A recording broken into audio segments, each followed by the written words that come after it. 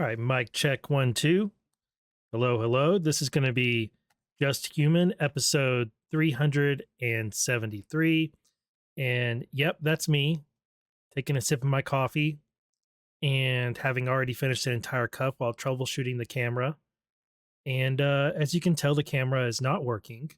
It took a picture of me, and I just decided to go with it. So I've been I've been kind of having some computer issues lately. Not kinda. I literally have been. First, it was overheating. Then I did a bunch of maintenance on it, cleaning it up basically. And that helped a little bit, but it kept on overheating. And then I troubleshooted the cooling system, and I'm still not convinced I have it fixed. But it's working well enough, at least for now, for me to record. Temperatures are holding okay, but it is warmer than I would like it to be, and warmer than it usually is. And but anyway, that's working. But now my camera is not. It works for a moment and then it freezes. And once it decided to freeze on this image of me taking a sip of coffee, I said, you know what? That's what I'm going to go with. Of course, I had a few other choice words for the moment, but I decided that my looking at me on screen is not the most important thing. What is most important are the documents. And I have quite a few documents for us to go over on this episode. There's been a lot of news and cases that are of particular interest to us, and I also have a bit of a story slash teachable moment slash orienting ourselves type InfoWar segment I want to lead off with that I've been holding on to for a few weeks. So let's get into it. This is going to be my image. It may update at some moment and all of a sudden show me speaking. I don't know. The camera may come back and decide it's going to work for a moment. Until it does, I'm actually going to make myself smaller because you just don't need. No, I just don't really. I've thought about turning it off, but it is kind of funny, that image. All right. Welcome. Like I said, this is Just Human Podcast. Linktree is in the description of the show, and wherever you're following me, whatever you're listening or watching, there's a link for it in my profile. And on my Linktree, you can find all the places to follow, watch, listen, and all the different ways to support. Thank you very much to everybody who does choose to support the show with your likes, your comments, your purchases at Benson Honey Farms and Bootleg Products, you buying me coffee, and all the other ways that you support. And in particular, most of all, thank you to everybody who's a subscriber to justhuman.substack.com. You're about to get hit with several articles in a row. I haven't taken 3 weeks off. I've taken big chunks of the past 3 weeks off from some of the InfoWar stuff and news, but not completely, while my kids' school activities wrapped up and switched gears for summer. And then we had a bunch of stuff going on at our house. I've been working on our house. And it's just been a really busy time, but I've been writing. I've been researching and writing, and the Just Cases newsletter, you're about to get hit with some back-to-back issues of that. So thank you, everybody over there. Hope you're looking forward to that. If you are interested in the Just Cases newsletter, you can check out the free editions of it, and it'll give you an idea of what I am covering in that newsletter. And if you get a paid subscription to justhuman.substack.com, you'll have access to that newsletter, which we have new cases to add to it, and we have other cases to wrap up. Rumble and YouTube is where I put all of my videos, as well as I put the whole podcast on Substack. But Rumble and YouTube is where I put clips and segments and where I have playlists. And in this episode, I'm going to be talking about cases such as United States versus Southern Poverty Law Center, where there's some news, the Washington Post defense contractor who leaked information to WAPO. Was a source for WAPO, I should say. We got news in the United States v. Bolton, which we haven't had news in that case in a long time. And we'll see what else we get to. I have a number of things going on, a number of irons in the fire. And the playlist for those different cases I follow and subjects are on Rumble and on YouTube. Now, the first thing I want to talk to you about is not those cases. The first thing I want to talk to you about is I'm going to tell you a bit of a story, which would be so much better if you could see more than just like this frozen image of me while I tell you this story. But I'll leave it up for a few moments while I preface the story. Take a sip. So I had an experience recently, and it was kind of back to back. I had this experience. As most of you know, if you've been watching for a while, you know I'm a huge motorsports fan, particularly F1 and sports cars, and but also IndyCar. And the Indy 500 happened a couple weeks ago, and man, I loved it. The Indy 500 this year was one of the best Indy 500s ever. It was so good, so good. And then that same weekend, there was also the Grand Prix of Montreal, which was also a very good race. And I watched both of them, enjoyed them very much. But the weekend before that was the 24 Hours of Nürburgring, which I also watched, and it was fantastic, fantastic race, high attrition race too. Um, and while watching those races, particularly IndyCar, Indy 500, while I was watching it, I was on Reddit and I was on in a chat group, and I was on the Reddit forum, but I was also in a different chat group, and I was reading the comments that people were writing about the Indy 500 as it was happening. And the overall tone, and I participated a little bit, but I didn't participate very much. But the overall tone and the commentary in the chat of the three, actually, it ended up being three different places I looked to get news and developments and just read what people were saying about the race as it was happening, was all negative. It was just negative, negative, negative, and complaining about all sorts of things about it, lamenting how the race was going. This is boring, or this race isn't going to go well, or they're going to screw this. It was all negative in various ways that it was negative. And this isn't the first time I've experienced this, where I'll be watching a race and I'll be thinking, man, I'm really enjoying this. And then I'll go and look at a comment thread, um, or on anywhere online, any kind of forum, and the overall comments on it are negative. And it's something I've come to expect, that I just like, yep, that's how those chat rooms are. But it's all the different racing series where people are negatively commenting on it. And I don't really follow any other sports. I follow soccer a little bit, and I don't know how much of other sports are like this. I'm going to assume that a lot of sports are like this, and where it's the chat rooms and the forum threads and all these things leading up to and during the actual event are negative, and people who actually enjoy it are less likely to engage and actually say how great it is until after it's done. That's when you see people comment on how good it was and praise it. It's after it's already done. For some reason, there's a change there. While it's happening, it's negative, and then after it's over, there's a lot of positive. Not always, but a lot of the time.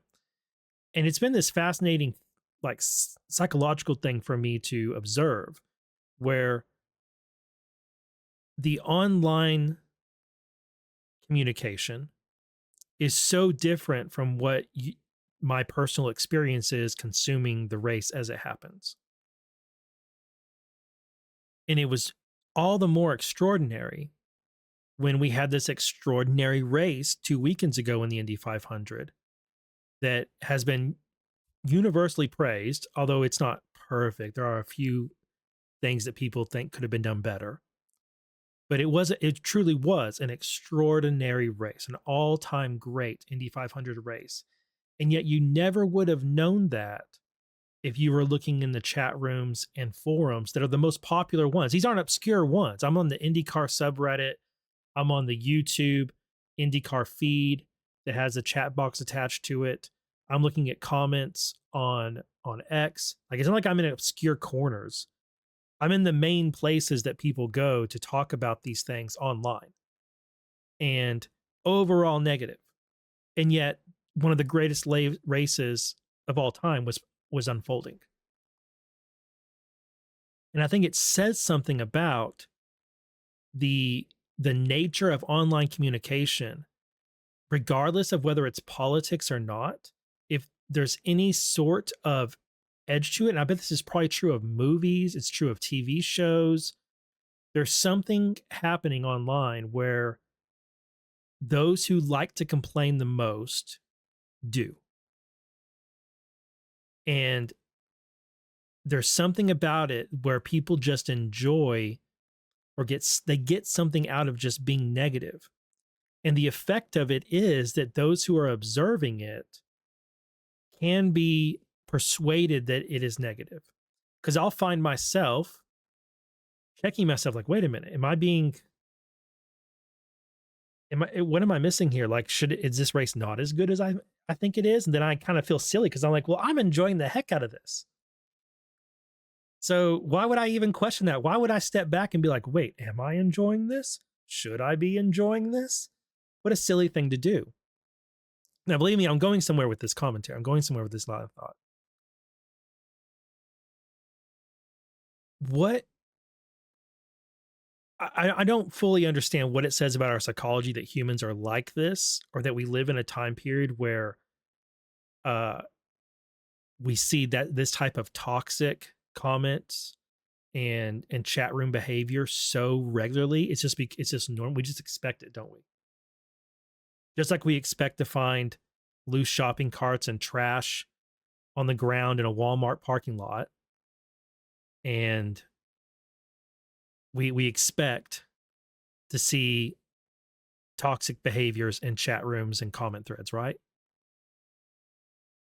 And it reminds me of, oops, let me get it right here. It reminds me of the psychology around broken windows, the broken windows theory of policing and of social disorder, where when people observe a neighborhood that is not being taken care of, such as broken windows, trash, things being in poor condition in the neighborhood, it tends to spread.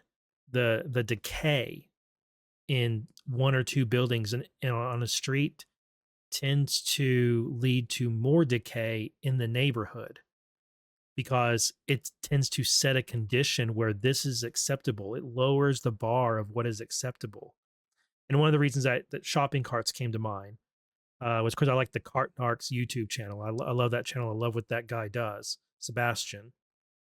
Honestly think one of the biggest, like one of the strongest red flag indicators that someone is not worthy of your time and that you shouldn't socialize with a person is, sorry about that, is whether or not they return their shopping cart. If you're ever with someone and they don't return their shopping cart or they litter, I immediately disconnect from that person. I immediately recognize that's for me, that's a huge red flag, because the way you do the smallest things in life is the way you do everything in life. And so broken windows theory, I think there's something about it with these chat rooms and with the way we engage online, where the bar is so low that the decorum and the communication has decayed and is so disorderly, and there's so much misbehavior in chat rooms and negativity and stuff that it becomes contagious, and it lowers the way everyone behaves, such as like it's like kids learning that it's okay to uh act a certain way. It's like it's learned behavior, because you learn that certain types of behavior are trying to get a mosquito that found its way in here while that's what my kit was, is there was a mosquito. Had to shoot away. um so I think we see that play out online everywhere. I know I do, as someone who's online a lot. And if you're consuming this, you're probably a person who's online a lot, and especially with politics, which this podcast and my other videos focus on. We encounter a lot of toxic comments and chats and behavior and headlines, toxic headlines, and toxic people, and it lowers the bar, and it's contagious. And if we're aware of that, I think this broken windows theory not only works in this direction, where it's the more of that you see, the more it becomes socially acceptable to behave that way. I think it works in the other direction, where the more people see order and see people behaving well, the more it raises the bar. I think it goes both. The psychology of it works in both directions, right? Which is one of the reasons why I really like that Cart Narcs YouTube channel. because he's trying to set the example, and I think it does have an effect. If you go into a shopping center and there's carts everywhere, I think it's a red flag that, wow, the people who come to this shopping center aren't very considerate about other people in there, and it gets my guard up, right? Um, so this psychology is also at play, and just roll with me here, okay? The psychology is also at play when it comes to information warfare and the cognitive war. And I was reminded of this because we got some new leaked documents that OCCRP did, which is a journalist organization that tracks corruption and organized crime worldwide. I've used their materials many times before. They're a very good group. They got leaked some chats and some documents from Russian funded and Russian what's the word for it? Malign operation groups and influence groups, and they refer to the type of toxic behaviors and things I'm referencing as cognitive strikes, because they recognize that it is a way of deteriorating people's perception of the world around them and what is and is not socially acceptable. Just like broken windows are, you know, in a neighborhood that is well put together, it speaks to what is acceptable and not acceptable in that neighborhood. But if somebody were to go around and break a bunch of windows, do a bunch of graffiti, commit vandalism in various ways, leave trash all around the neighborhood, it would change the way that neighborhood was perceived, and it would seem like it was acceptable to behave in that way. And then it has a cascading effect where it starts happening more and more and more. And we're aware of that in policing, but it is also true when it comes to influence operations. And specifically, I'm not really interested in getting super into the details of this and telling you all about it, but it had to do with false flag vandalism attacks in Europe that were designed to create narratives and to influence people into doing more of these attacks and engaging in these types of behavior, which cause social friction, religious friction, become polarizing news stories. It's not because Russia really likes and wants people to leave pig heads at mosque, which is what was happening. It was all a stunt. It was all a stunt. Russia doesn't have this end design goal of everybody being Islamophobic. That's not the goal. The goal is to cause social friction and disconnection, to inflame people's prejudices, and to make different groups feel more ostracized and disconnected. And it's because in that turmoil, in that breakdown of social order, and the encouragement of misbehavior and teaching people that it's okay to misbehave in those ways, it deteriorates the cohesion in that society, which makes that society more open to other influence campaigns. So this is very typical of malign operations that Russia conducts. We've seen it many, many, many times. And we see it work in ways where they are trying to create social disorder. There's also times where they are trying to persuade people and paint Russia in a certain way and then paint Russia's enemies in another way, such as with Ukraine. That was another part of these leaked documents show how they prepped messages to the West. They prepped some, right down here. They specifically found thought leaders, quote unquote, and media people and influence people in the West. And the leaked chat, okay, another avenue of influence the leaked chats and files reference are efforts to sway opinion through prominent Western public figures. And the whole goal of it was to make Moscow look better and to make Ukraine look worse. They wanted to have the narrative out there that Russia is winning in Ukraine and that any peace that is going to happen on Moscow's terms. This was earlier last year that they were on this push to try and make it seem like Ukraine was losing, and the only way the war was going to end was under conditions that Russia was going to set. And this undermined the the efforts of the Trump administration to try and negotiate a ceasefire in Ukraine. Uh, and I'm not saying it is the only thing to blame, but it's part of an influence operation that they were engaging in. They also engage in other projects where they're trying to push different groups that have old allegiances, like in Austria and Hungary, and Slovakia. They're trying to get some of these groups together that are more nationalist and like get this narrative of, oh, we need to revive the Austro-Hungarian Empire, those types of things. It's all designed to create political and social disorder. It's not because Russia literally wants there to be an Austro-Hungarian Empire again. That's not the goal. The goal is the disorder and the misbehavior. In other words, the goal is more broken windows. That's the whole thing.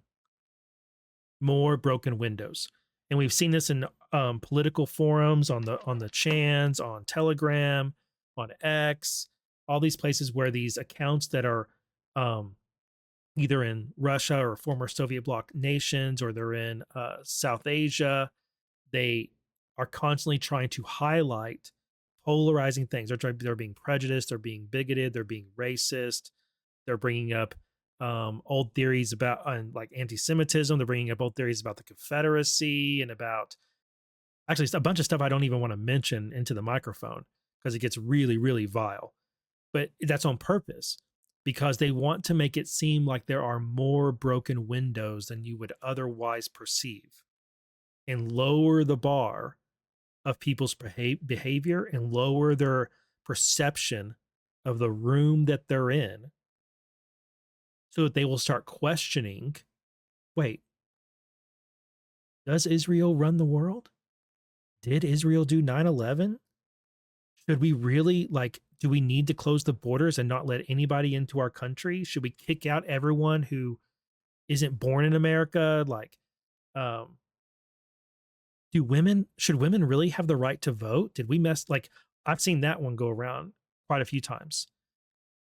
The idea, it's not because Russia literally thinks women shouldn't have the right to vote and wants to spread that idea around the world. It's because that's a contentious topic. And if they can get people to engage with it as though it's a serious thing and start spreading it, it adds to more broken windows perception in the community and in our political discussion. I hope that's making sense. And the reason I'm segueing to that is because, like, with the Indy 500 stuff and watching racing, I've seen it happen before, like I said, where the online discussion about it is overall very negative. But my individual experience watching it is very positive. And then after it's over, the discussion suddenly switches to super positive.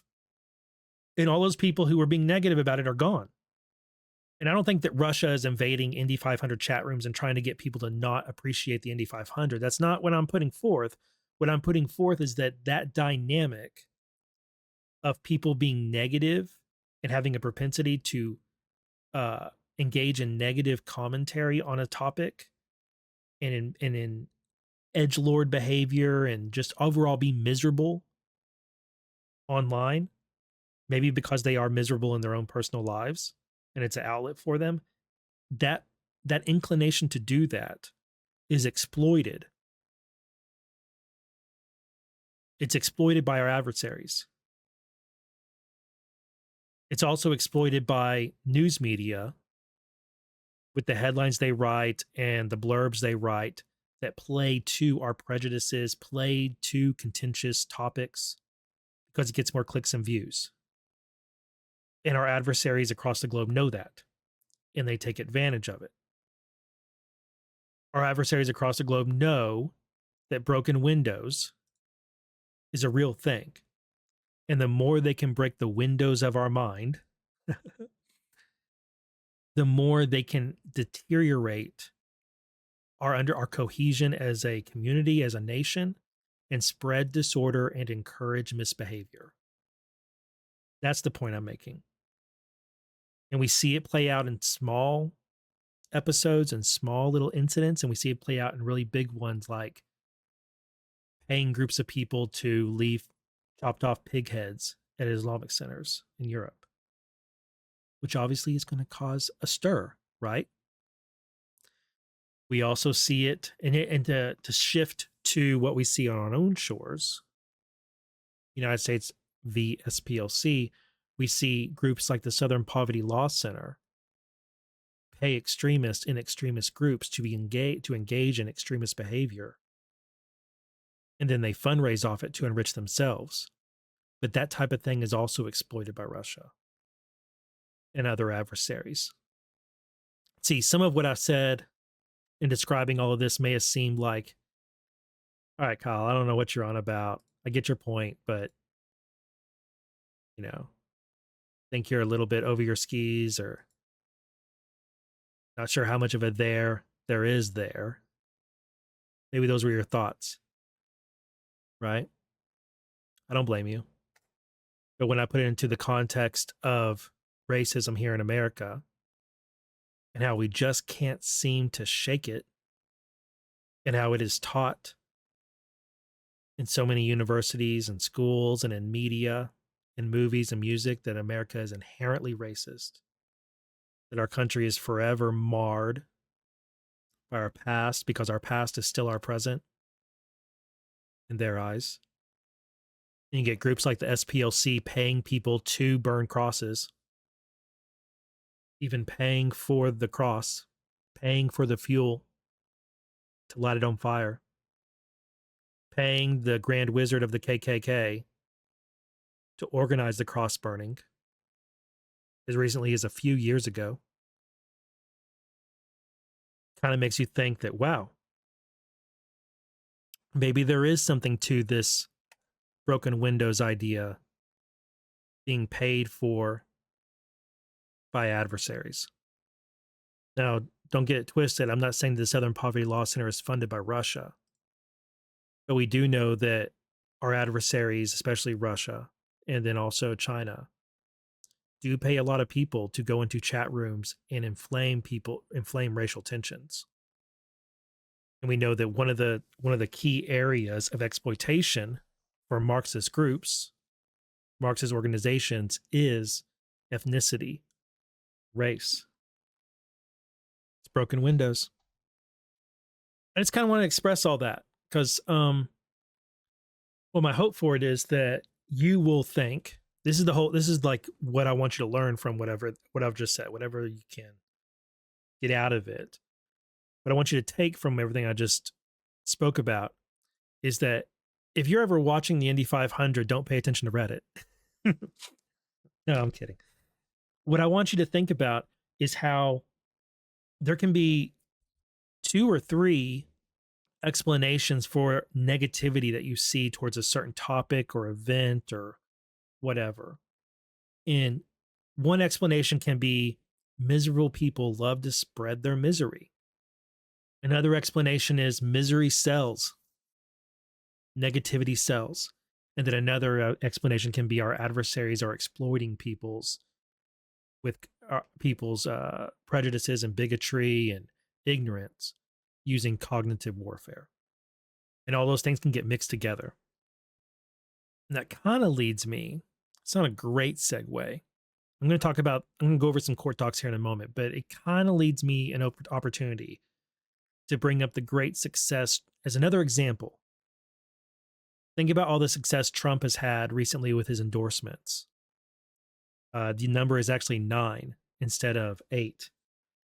In 2026 primaries, Trump is knocking it out of the park with 9 Senate candidates endorsed, and 9 of them have won their primaries, 101 House candidates, and 8 governors he's endorsed. Like Trump's stamp of endorsement is worth as much as ever. And yet the polls consistently tell us that Trump is less popular than ever, that people are against this and that. And, they highlight all the negative things going on with the economy, which not all economic news is negative at all. But they're trying to pump this perception that MAGA is turning on Trump. And you see people like MGT and Joe Kent and all these other people and a bunch of really just anti-Israel nut jobs trying to highlight that Trump has turned. He's He's betrayed MAGA in some way. And yet, when it comes time to go to the ballot box, that's not the case, is it? I think it's one of these things where people are trying to change the perception. Pollsters are trying to change the perception. Mainstream media is trying to change the perception that MAGA has of MAGA as a movement and also of Trump. When it comes time to actually take the temperature, Trump's doing pretty well, and so is the movement. I still worry about it. As I've said many times, I worry about MAGA. I worry about where this movement's going to go and its ability to stay together because it's always under attack, of course. And we've got some very bad apples in the bunch. Got rid of a few recently, though. But media and pollsters know that they can change the way MAGA perceives itself and the way they perceive Trump. And so they try very hard to do that. I had another thought I was going to... What was the other thing? Oh, there was something else. Sorry, my ice in my cup is so loud. Oh, there was something else. What was it? Oh, yeah. I wonder if I should do this. I think this is a pretty good segue. Because we're talking about influence and we're also talking about Marxism and communism. So, okay, yeah, I'm gonna segue to this. Hold up. Now that I'm warmed up after rambling, let me get to some actual stuff I prepared. So recently you've probably seen a lot of claims and hysteria, I like to call it, around data centers being built in this country and in others, how there's too many of them, how they're being built in drought-stricken areas, they're stealing all of people's water, that they're really bad. It's corporate America, it's AI, technology, oligarchy trying to take over the world. They're going to take all your data and your water. And it all sounds very, very doom and gloom, and you're supposed to be very upset about it. You're supposed to be scared of it, and gosh darn it, we got to do something, right? And I'm here to tell you that some of that makes a lot of sense. But this scary picture right here that they're painting in your mind does not make sense. And in this thread, I want to take you through how some of this is working, where it's coming from, and I'm trying and add a little bit of understanding to this whole data center topic. And I'm going to tell you right out the gate, the data center hysteria is largely a repacking of the climate change hysteria of the past several decades. Many of us who have been following politics for a long time can instantly recognize it as such. It is the exact same. It has some of the same people, some of the same Marxist, communist, extreme environmentalist groups are doing millions of dollars in messaging and engaging in various stunts and going on various podcasts and talk shows. And instead of talking about the ice caps melting and polar bears dying and strange birds and lizards and frogs and fish you'd never heard of needing protection at the federal level, instead of asking for millions of dollars from the federal government to stop evil corporations from destroying the climate, they're now going to them, asking them to regulate data centers and to stop data centers from being built. It's the same tactics, it's the same groups, it's the same message, just a slightly different target. The hysteria is fueled in part by bad data, lack of perspective, and influence operations that lead with emotional bait. Even if you weren't around for the climate change hysteria of the past 20 plus years, you should be able to recognize that almost every sample of data center hysteria leads with emotional bait. They lure you in by painting a picture like this, and that this is coming to your community. You're going to be living like this if you allow them to build that data center within 150 miles of your home. Like the 20th century predictions of climate catastrophes, it is another form of anti capitalism, which is really pro communism, propaganda meant to capture your mind through fear. Now, before I go on, I actually put this at the end of this thread, and I'm going to say it now at the beginning of it. I'm not some pro data center shill. I'm not like any data center is a good data center. That's not my position. And my position is not that there shouldn't be regulations around it. I think there should be. My position is pro human, pro environment, anti pollution. And when it comes to data centers, I think that it is perfectly reasonable for people in a community to say, if you're going to build that data center here, it needs to have this type of cooling system. It needs to use less than this much water. It needs to get power from this point. And like, I am totally fine with conditions being set where a community protects itself against a corporation taking over and basically becoming too big of an influence in a community. And I am absolutely for regulations that keep pollution out of the soil and out of the water. If we're talking about pollution, man, I am with you. I am anti pollution. But I'm not a climate change extremist. And I'm not an anti data center guy or a super pro, they can do no wrong data center guy. I'm just trying to be pragmatic and rational and cut through the hysteria.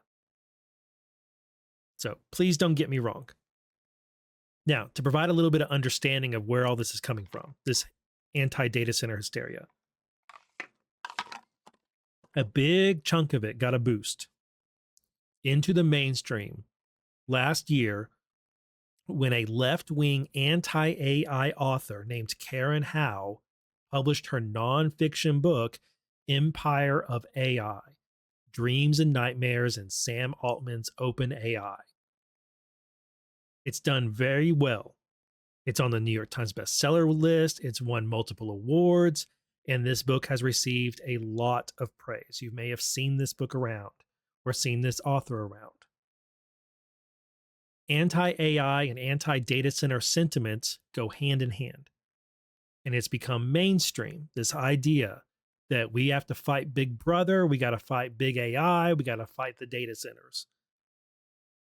You may have noticed the uptick in opposition to both of those topics. Sometimes the angle is surveillance, like Big Brother. That's also included. You might mention we need to stop these AI data centers from taking all of our data, from spying on us, that type of thing.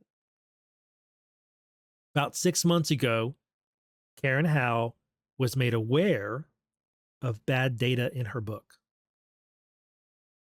She acknowledged it. To her credit, she acknowledged it, and she wrote on X, I am working to address an apparent error for a data point I cited in my book about the water footprint of a proposed data center in Chile. I'd like to explain what happened, what I'm doing to remedy it, and provide more recent data on the water footprint of data centers. A report she cited regarding a proposed data center in Cerrillos, a suburb of Santiago, Chile, contained erroneous data. As a result, it overestimated the water usage of a proposed data center in Chile, stating it would consume 1,000 times as much water per day as the city of 88,000 residents does. I don't know why I got stuck on 1,000, but she got stuck on 1,000 too. Guys, and 1,000 times more. The data center was going to use 1,000 times more water than 88,000 people. Andy Masley, who has a Substack, did a very thorough breakdown and fact checking of her book and of this bad data right here. He made a whole article out of. He wrote, "This is the single most massive factual error in a major book I've ever personally noticed on my own. And I think I'm the first person to notice it. Empire of AI asserts that a data center is using 1,000 times as much water as a city. In reality, it's using 22% of the city's water. The claim was unbelievable on its face. Think about it, 1,000 times as much water as the nearby city. And it's not like it was just like in a spreadsheet, like in a couple numbers, like it was a typo. No, she wrote about it. She highlighted it in the book as a big like haymaker to the data center promotion. Like, don't let like I'm going to read it to you actually. The claim is unbelievable on its face, just like the extreme climate change predictions often have been. But it was presented as a seminal tale of how a single center was going to destroy a city. Just like the tales of image of iceberg melting, falling off into the ocean, and then AI, or back then it was CGI images of New York flooding with ocean water. This unique combination, this is from her book, this unique combination, a history of neglect and a precious water source, created fertile ground for the blossoming of several environmental activist groups who were used to being watchdogs and were fiercely protective against the extraction of their resources. That summer, again, this is from her book, as Google filed a report with Chile's environmental agency for approval of its data center, which is a largely rubber-stamped process, Masacat, which is a water activist group, began combing through all 347 pages of the filing. Buried in its depths, Google said that its data center planned to use an estimated 169 liters of fresh drinking water per second to cool its servers. In other words, the data center could use more than 1,000 times the amount of water consumed by the entire population of Cerrillos, roughly 88,000 residents, over the course of a year. Masacat found this unacceptable. Not only would the facility be taking that water directly from the Cerrillos public water source, it would do so at a time when the nation's entire drinking water supply was under threat. In 2019, as with Iowa and Arizona, Chile was already 9 years and counting into a devastating and historically unprecedented mega drought. But Howe's numbers were wrong. The real usage was 0.22, not 1,000. She was off by 4,545 times. The real number of water usage estimated for this data center was 4,545 times smaller than the amount she published in her book, which has won awards and is a New York Times bestseller and contained the seminal tale of this Santiago, Chile neighborhood or suburb being just, it's going to be decimated by the data center. They're going to take all the water from 88,000 people. They're all going to die. And, you know, for a graduate of MIT with a degree in mechanical engineering, Howe shouldn't have immediately noticed, wait a minute, this doesn't make sense. 1,000 times as much water as the city? What? Howe got that bad figure from an anti-data center activist group, Masacat.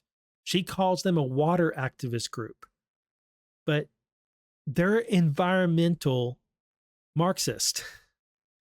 They're left-wing environmental nut jobs. It's what they are. But she's also a left-wing environmental nut job, apparently, or at least anti-AI nut job. And I say nut job, meaning only a slightest bit of insult. So she took from the activist and then put it in her book. She's an activist author. Andy Masley goes on to write, I'm pretty confused about how someone with this strong of a background in this stuff wrote that sentence above. Hal says here she spent time with the activists in Chile focused on data centers. Surely she would have noticed somewhere that these numbers were off. She specifically says they were, quote, fighting tooth and nail to stop these data centers from taking all their drinking water. So conversations must have focused on the amount of water the data centers would actually use. How did this go so wrong? Further, she has a degree in mechanical engineering from MIT with a minor in energy studies and was a senior editor on AI at the MIT Tech Review. Surely she knows that there's just no way any single physical building we've ever built would use as much as 1,000 times as much water as a city of 88,000 people. The data center with the most water use in the world as of this writing is Google's Iowa data center with 1 billion gallons used every year. But even this one is just using half as much water as what Hal wrote the one in Cerrillos would use.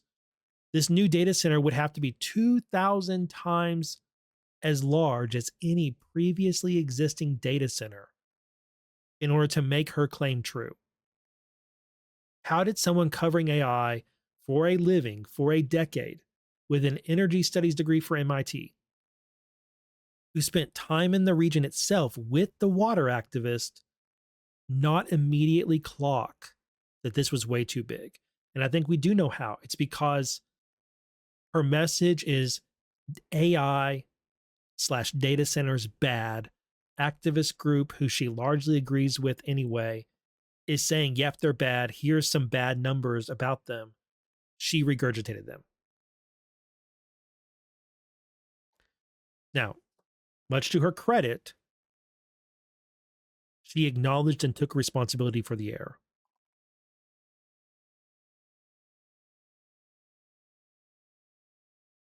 That is admirable.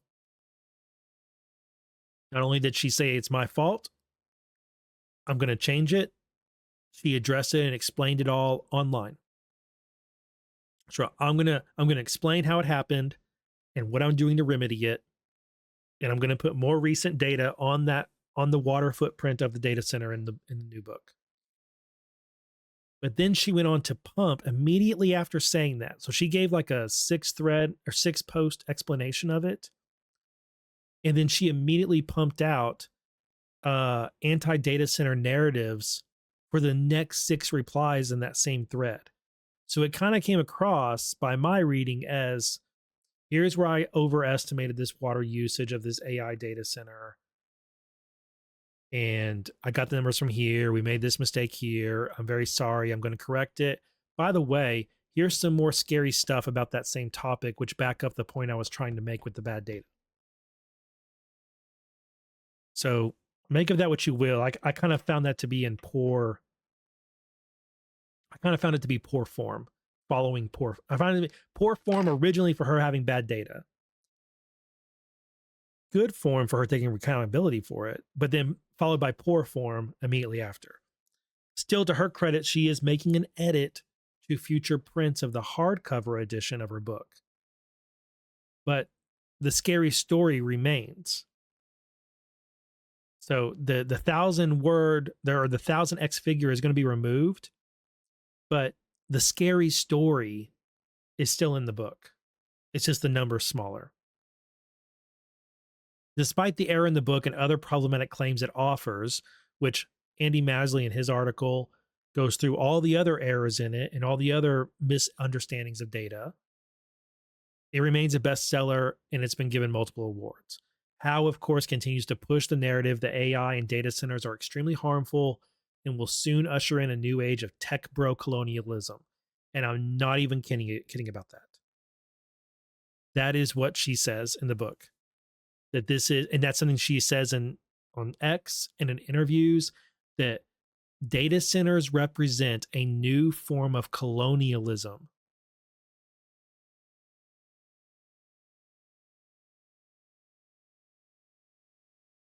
I told you, nut job. And people continue to uncritically accept and repeat the claims in the book. Penguin Press, at the same time this is going on, or no, just recently, May 19th, highlighted the paperback version of it now being available. You know what the paperback version has? The same bad data.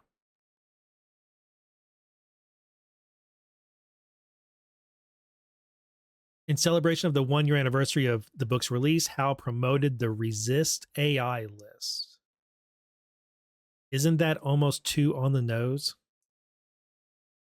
Resist. Resist the actions of the empire of AI, which is ushering in a new era of colonialism. But this isn't a thread intended to bash Karen Howe. She deserves criticism, but also deserves credit for publicly acknowledging the error and submitting changes to her publisher.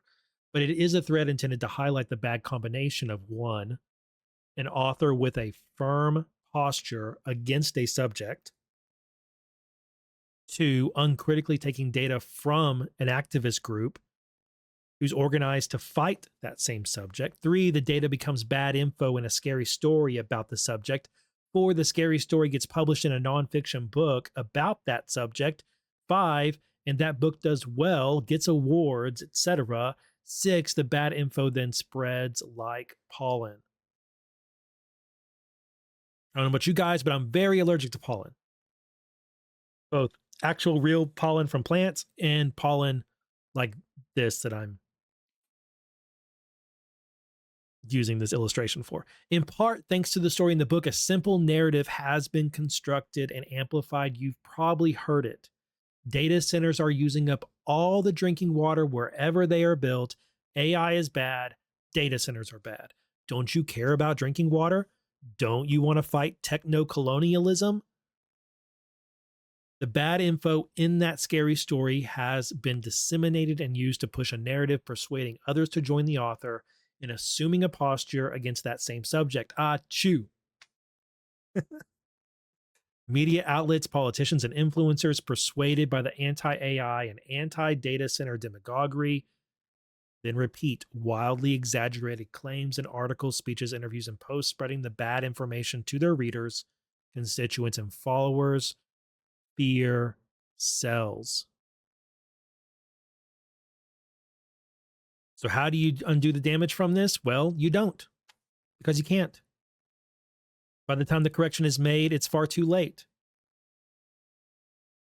Most editions of this book, the vast majority of them, both hardcover and paperback, contain the same error. And the embellished story, the erroneous story, is getting repeated, and people are becoming convinced that data center equals no water for you. It's dystopian. The dystopian lie is already doing laps around the globe.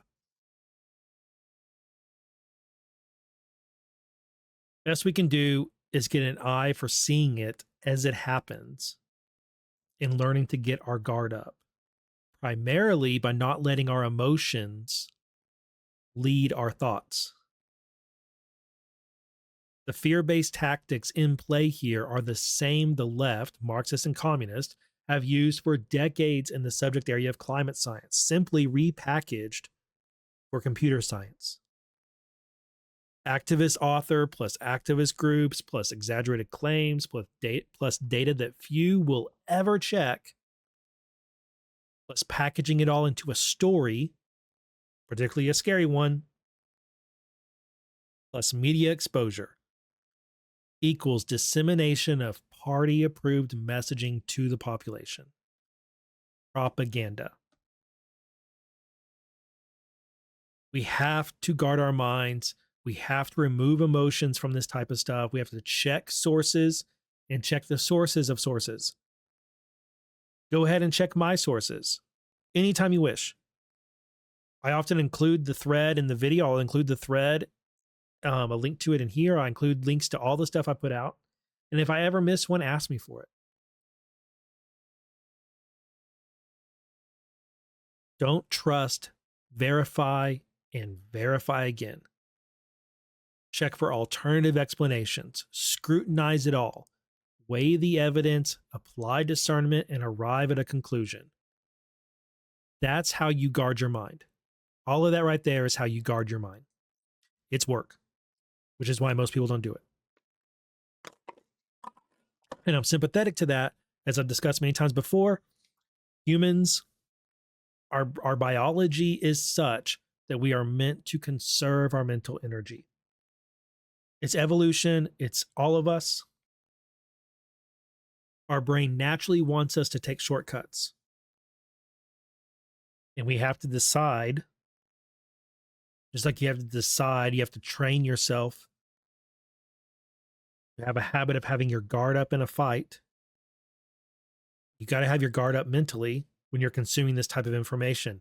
And what should immediately set you off is this story or this slogan, this headline, this post, this book is leading with emotions.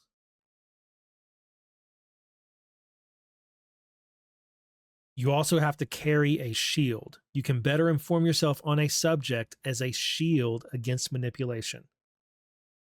Significant areas of confusion for the public that opponents of data centers are often exploiting. Now get this. This is where we're going to get into how we get better understanding of this subject, okay? Significant areas of confusion that are being exploited by this author and by others who have taken this resist AI, resist tech bro colonialism stance, which, as much as I'm mocking it right now, it's become runaway popular, just like climate extremism has.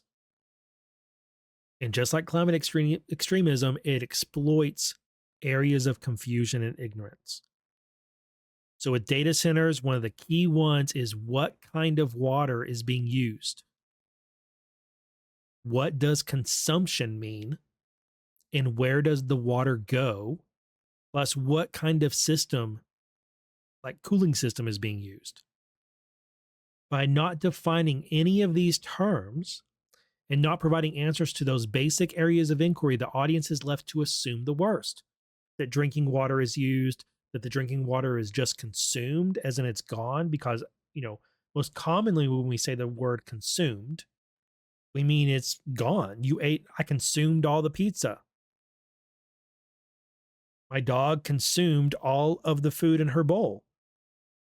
I mean, what's left of it is going to come out the other end, but it's not going to be consumable again by anything other than worms and bugs, right? So when you hear consumed drinking water, that means it's no longer available for anyone else to consume, right? Well, in the context of a data center, that's not what it means. And opponents of data centers rely on you misunderstanding the word consume and all of its forms. They rely on you being ignorant of what that term means when it comes to data centers, and trust that you're going to assume that it means that it's gone when it's not.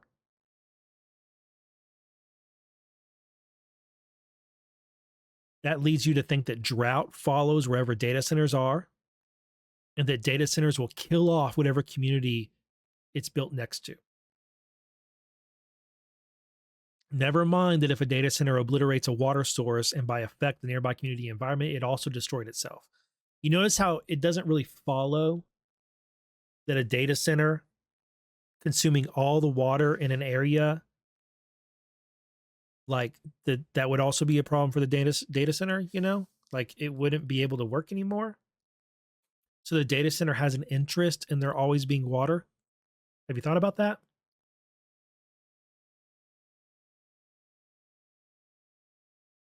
Doesn't really make sense, does it? That a data center would obliterate, suck dry all the water in the area that it's built. And you may think, well, wait a minute.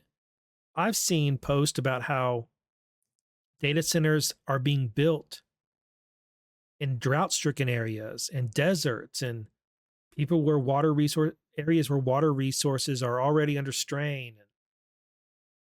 Why are they intentionally building them in those areas?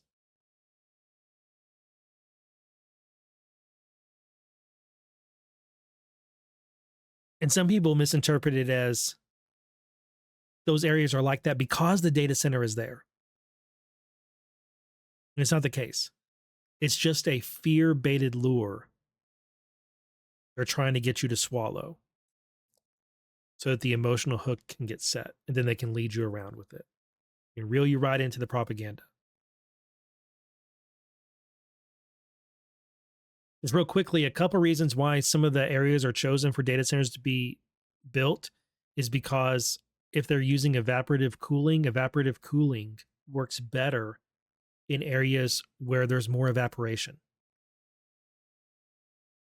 So evaporative cooling doesn't work as well in humid areas because water doesn't evaporate very well in humid areas. I'm in Southeast Virginia. Ask me how I know.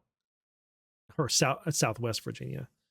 But also Southeast Virginia. That's to be true there too. Or North Carolina. Anywhere here in the South. And it's 90% humidity outside or more. Your sweat doesn't really evaporate. And so you don't get cooled off very well by evaporation. Same thing's true for data centers. That's just one of the reasons why they choose some of the locations they do. Another reason is that the land is cheaper. All right, so here's just a small amount of information on the subject, and you are welcome to go and fact check me. I hope you do. I hope you do go fact check me, because that would mean you're doing your own research and you're not just, hopefully you're not just trusting what activists are telling you. I'm not an activist.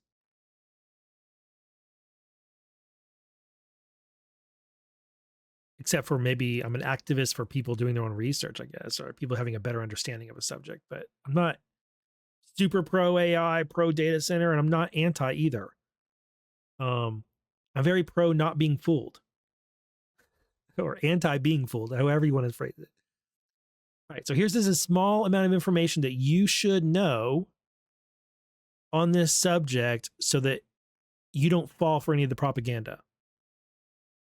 The figures on water usage often leave out who is using it directly.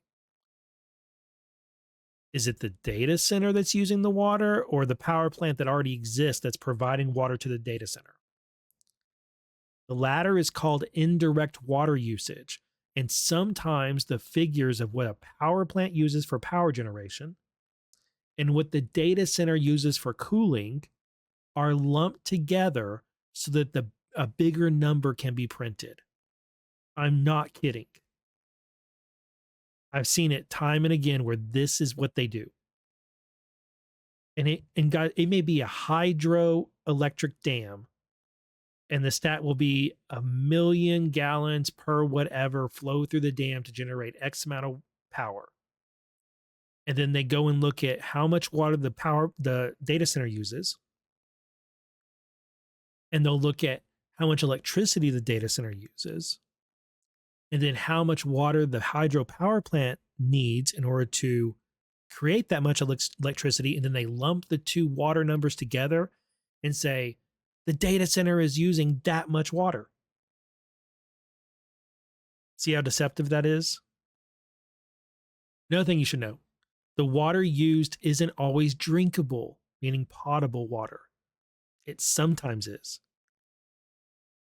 But some of the data centers use non-potable water, meaning you can't drink it.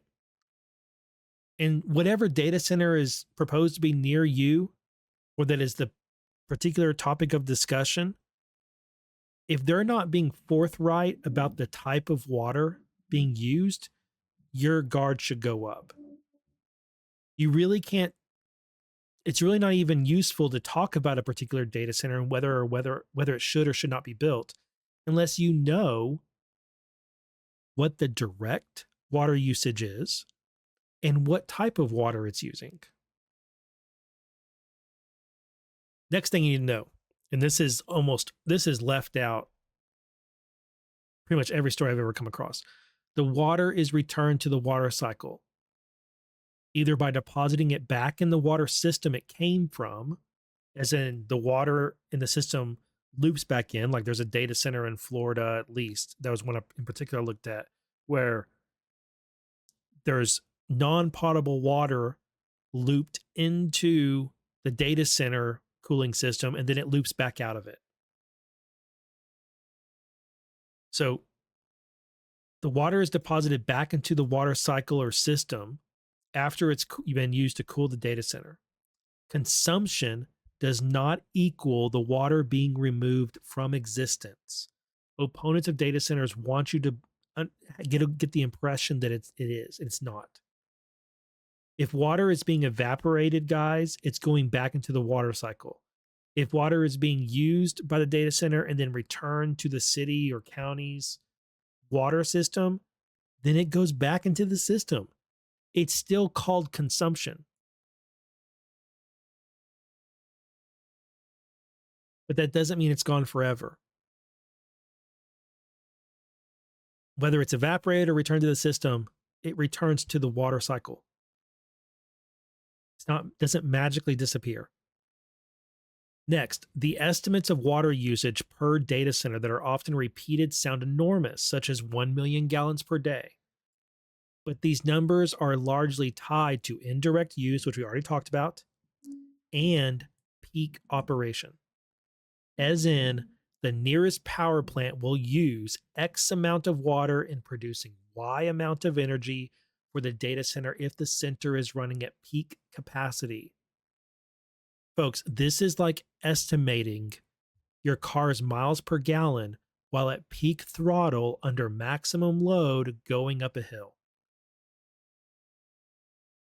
You would never say, oh, my sedan gets 5 miles per gallon.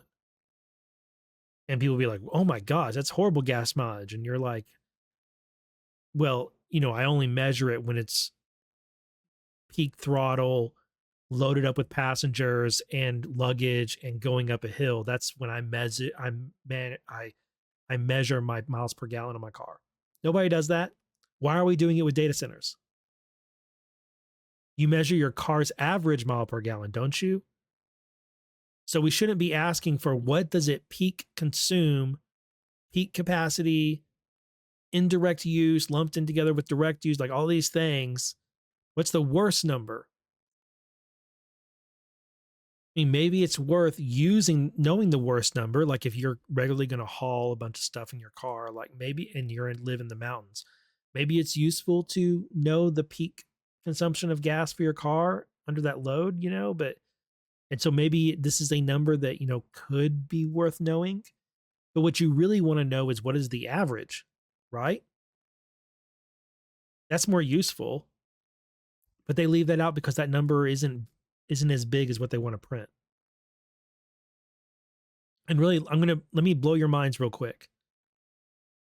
If I already haven't, but I think this will really kind of like set this in.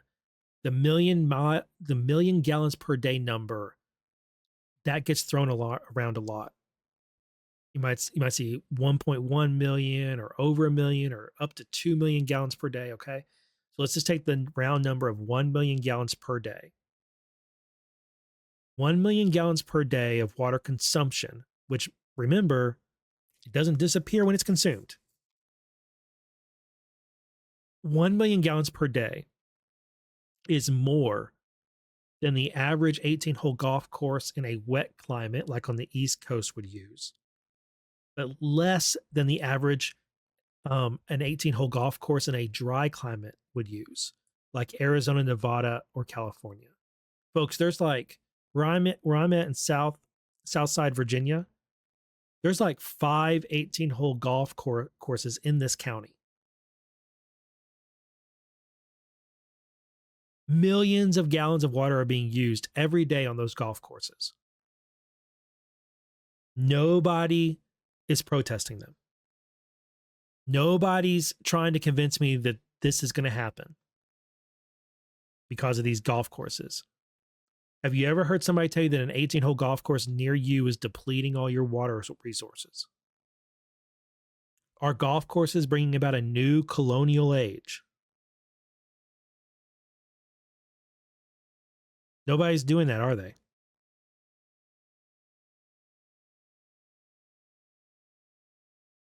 There's a deception here.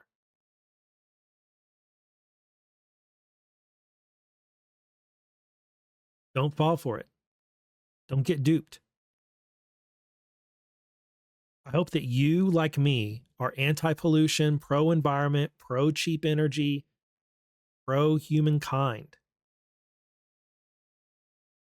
And I hope you'll join me in saying, you know what? Data centers should be held to account for how they impact the environment, of course. How they impact the water supply, how they impact the community. The same as any other industry ought to be. And we can do that through legislation and regulation, just like we would any other business. I also think that there's nothing wrong with pushing for the most conservative, most efficient cooling system available, such as a closed loop of non potable water, and rejecting construction in areas that are already strained by current local water usage, where a data center being built there could drive up the cost of water or make droughts way more difficult to overcome. And I'm all for blocking their construction in areas where energy costs are already high and a data center being built there is going to drive up cost. Of course, there's an argument it may drive down cost, but that's for another thread. But just be aware that you should be aware that the data center hysteria is largely a repackaging of climate change hysteria, of anti-capitalism and anti-technology refrains of the 20th century. Such narratives and causes are infamously the stomping grounds of Marxist, communist, and unhinged lefties. It is often the case that their position on a subject boils down to limiting technology, limiting our economy, limiting our ability to grow our economy, to grow our technology, to advance, to prosper, while our adversaries are under no such limitations.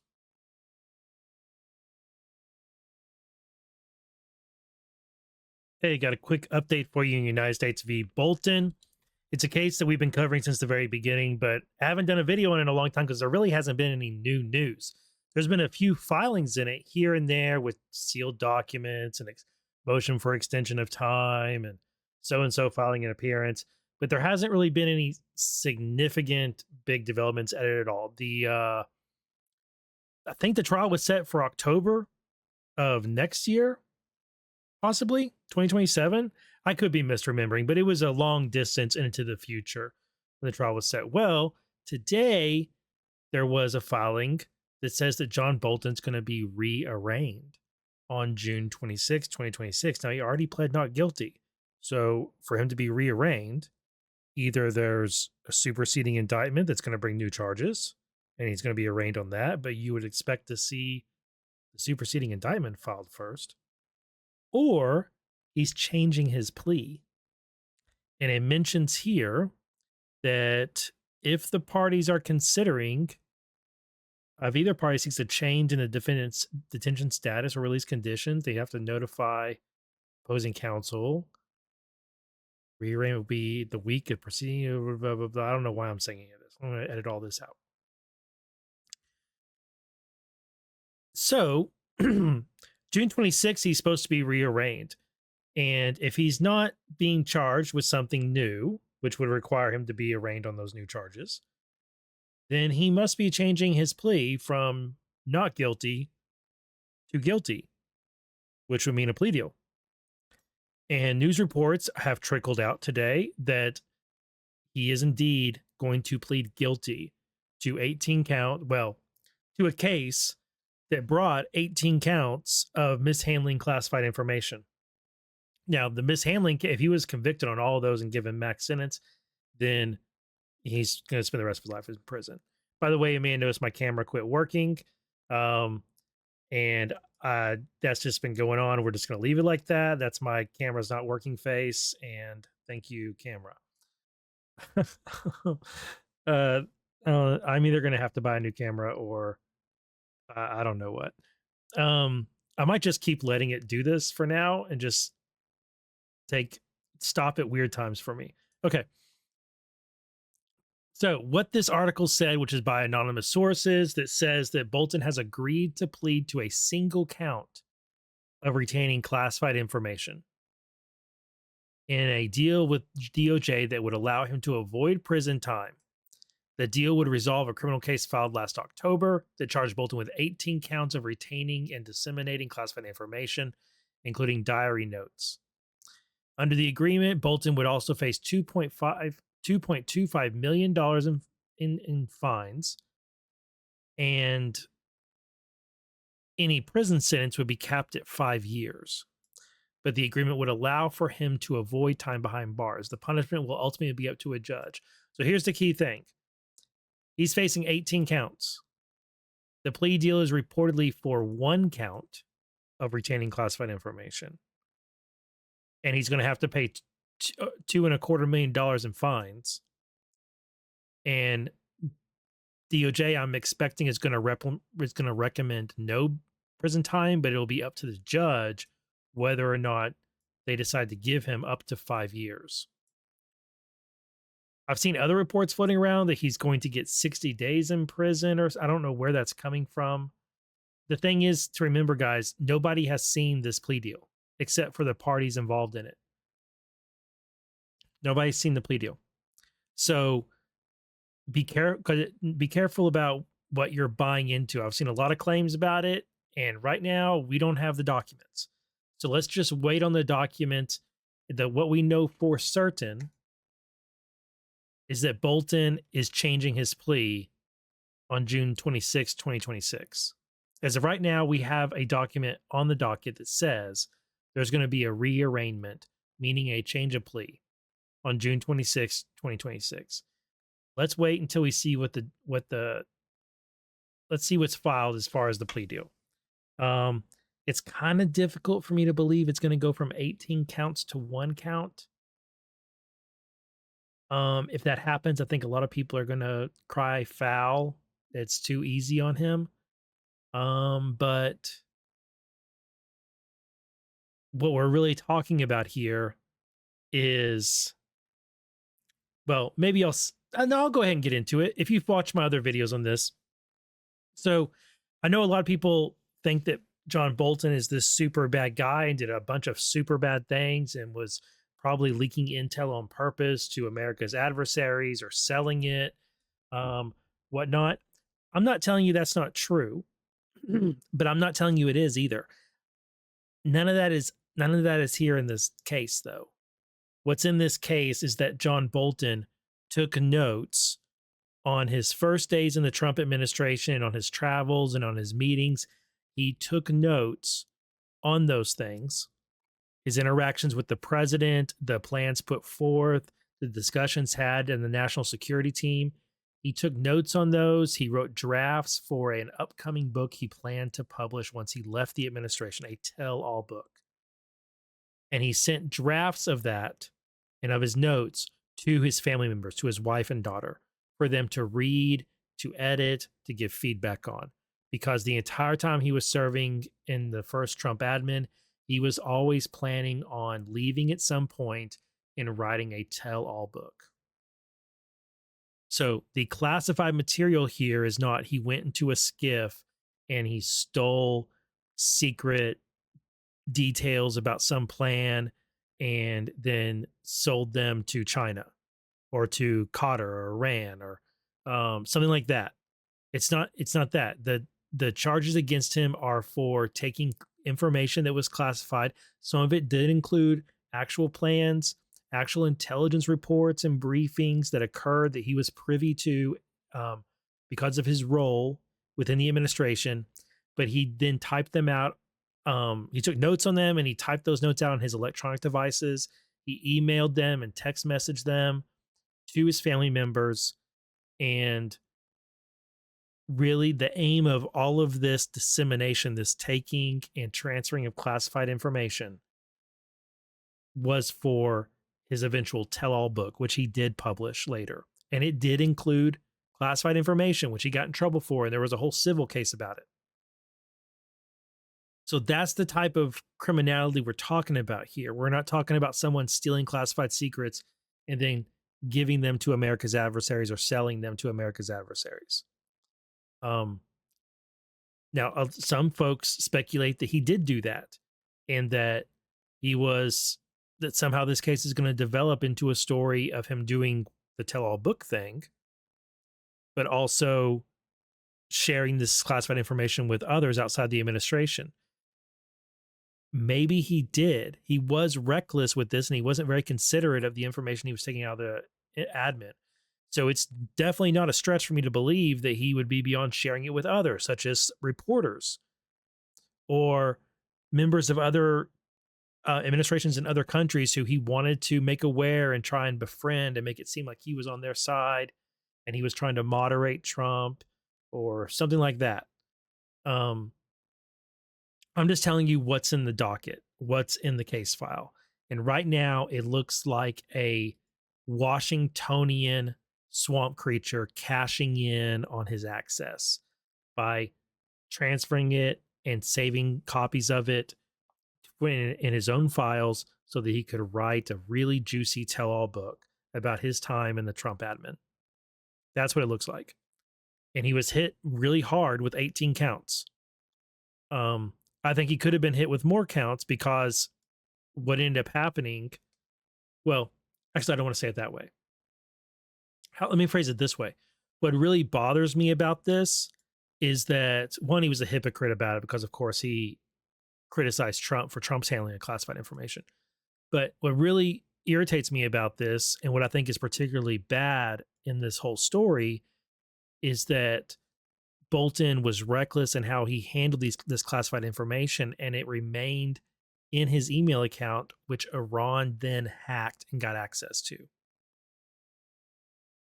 So he put our country at risk by his reckless handling of classified information, and Iran got access to it because, of course, John Bolton was a target of an Iranian assassination plot for his role in the Trump administration during the time of the assassination, well, killing of Qasemi Soleimani.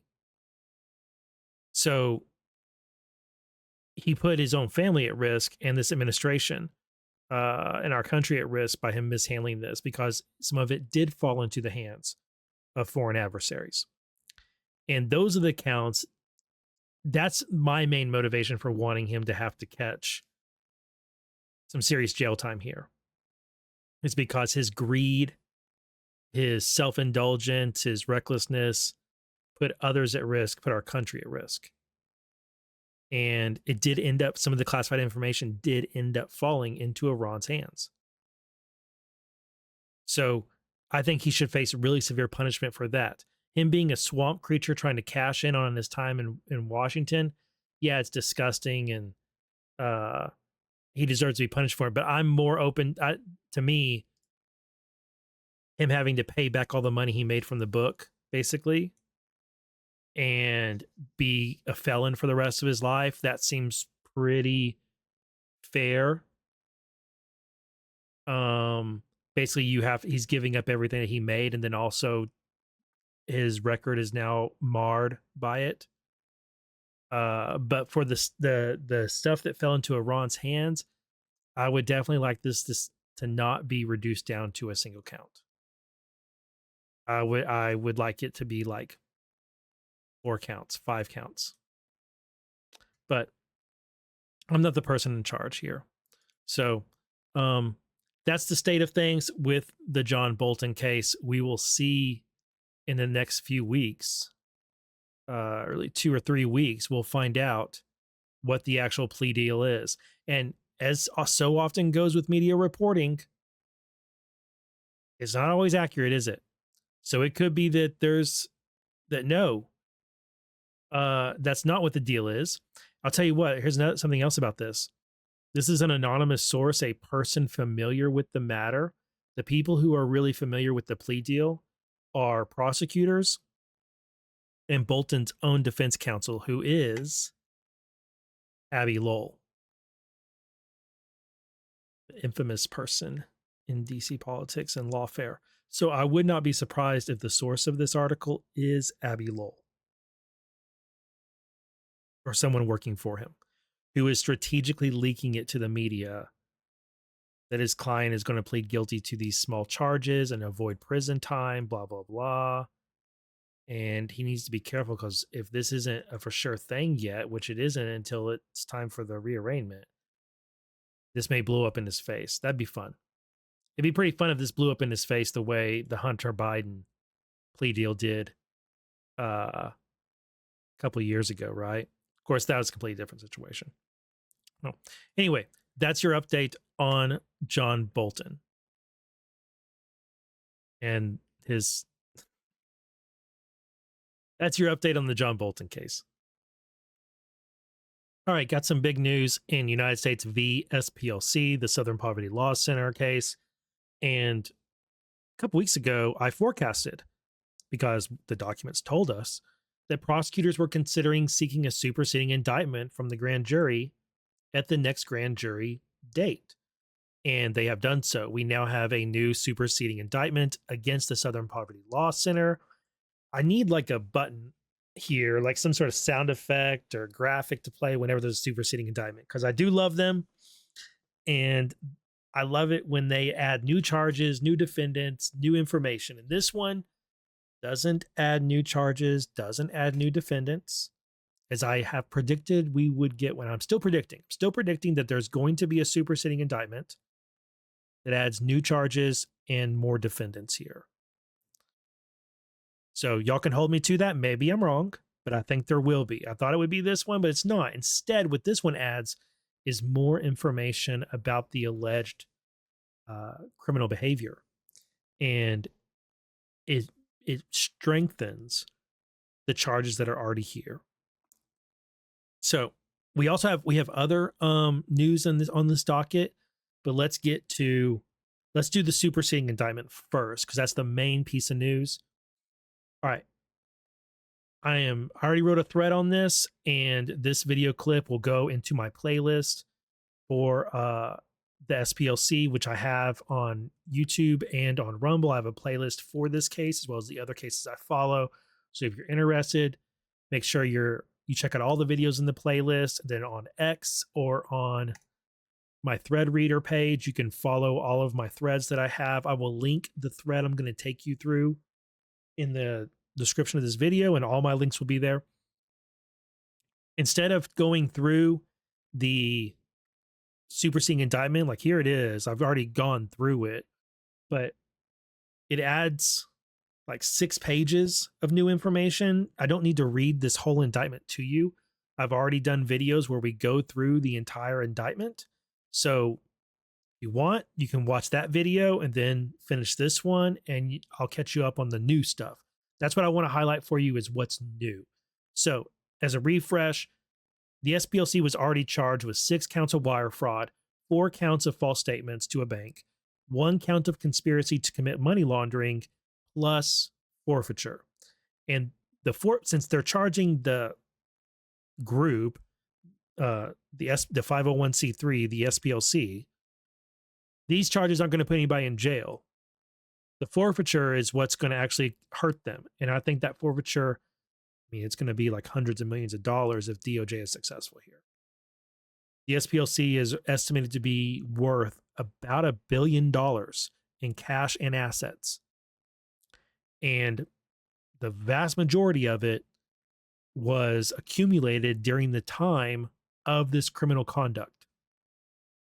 So DOJ, in order to put the hurt on SPLC, will need to argue that this criminal behavior is tied to that massive increase in financial resources that the SPLC now has. And as punishment, they're going to have to surrender that as part of the forfeiture, unless we see some defendants added, and then it'll be forfeiture plus jail time for some defendants, but they're not on here yet. All right, so those are the charges here. New information, as I said, strengthens those charges. Recall that the theory of this case is that the SPLC solicited donations and told donors that their contributions would be used to dismantle violent extremist groups. But unbeknownst to those donors, some of the money, to the tune of millions, went to funding individuals in those same extremist groups, who then used the money to promote those extremist groups' activities and message.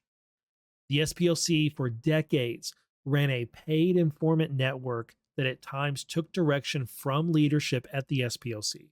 This created a circumstance or setup where the SPLC, who according to their own website, literature, public-facing resources, and messaging, was working to, quote, take down these violent extremist groups, but was instead directing and paying those same extremist groups to do violent and extreme things. In this thread, I'll go through what is new in the superseding indictment. Later today, which is me recording this, I'm going to do this video and it'll be attached to the end of this thread. I don't even know why I read that part into the video. All right. So my thread on the original indictment is here. This thread and the superseding indictment will be linked in the description of this video if you want to go check out my original thread. And also check out my video series on this case. All right. Now to the new stuff. First thing that's new here. The hate map. There was already a section here in the indictment that talked about the various publications that the SPLC created. The hate map was not included in the first indictment. I don't know why. But the hate map was an interactive map that tracks hate and anti-government groups. Perhaps it was an oversight that they didn't include this in the first indictment, but they did include the Intelligence Report, Hate Watch, and Intelligence Project Dispatch. Information that was used in these products that the SPLC had, or publications, some of that information came from these sources they were paying in these groups. But I think what really matters about these different publications is they were creating, hey, these are the groups we're trying to dismantle. That was their message on their website and to their donors. And what they left out is, yeah, and we also pay some people in these groups to be extreme. Notable language change, though. The original indictment called them informants, but this new one now calls them individuals. And that immediately struck me as a change worth making and one that is very clever. It's a smart change to make, because by calling them informants in the original indictment, prosecutors were surrendering that verbiage, which in this battle is this is very much territory that's going to be fought over, whether or not these really were informants. SPLC is going to say that these individuals were informants, that DOJ was aware of them, that these informants gave SPLC information that they then turned over to law enforcement. So by the prosecutors calling them informants in the first indictment, they were surrendering a bit of ground to their adversary in this case. They were surrendering a bit of narrative. And no doubt the defense was planning on telling a jury, even the prosecutors called these people informants, because they were. But now DOJ has very, very wisely changed it to individuals. They've taken that, we're not ceding that territory to you in the narrative battle. So that's significant. It's a small thing, but it's significant. All right, new info. The last two sentences of this paragraph, which is paragraph 10, are brand new. And they tell us that there was an agreement between F's, the sources in the groups, the individuals, and the SPLC. So I have to ask, does DOJ have copies of these agreements? Because that would be very, very interesting. I suspect they do have copies of them, or they have some sort of description of them from witnesses. And those agreements are going to be very important in this case. If they do have that, it's going to be very important what those agreements spell out. The fact, and this just hit me. I didn't put this in my thread. This just hit me. The fact that the SPLC hasn't mentioned that, because they haven't filed a motion to dismiss based on the merits. But one way that the SPLC could fight back against this indictment is say, these were informants. We had an agreement with them. Here's what the terms of the agreement were. They haven't done that yet. Maybe they will. But this agreement or agreements, this is going to be very important in this case. What the terms were and how these informants act. Because it could be they had an agreement that said one thing, but the informants were individuals. Function differently from the agreement. We'll see. But that's brand new that it's an agreement is mentioned.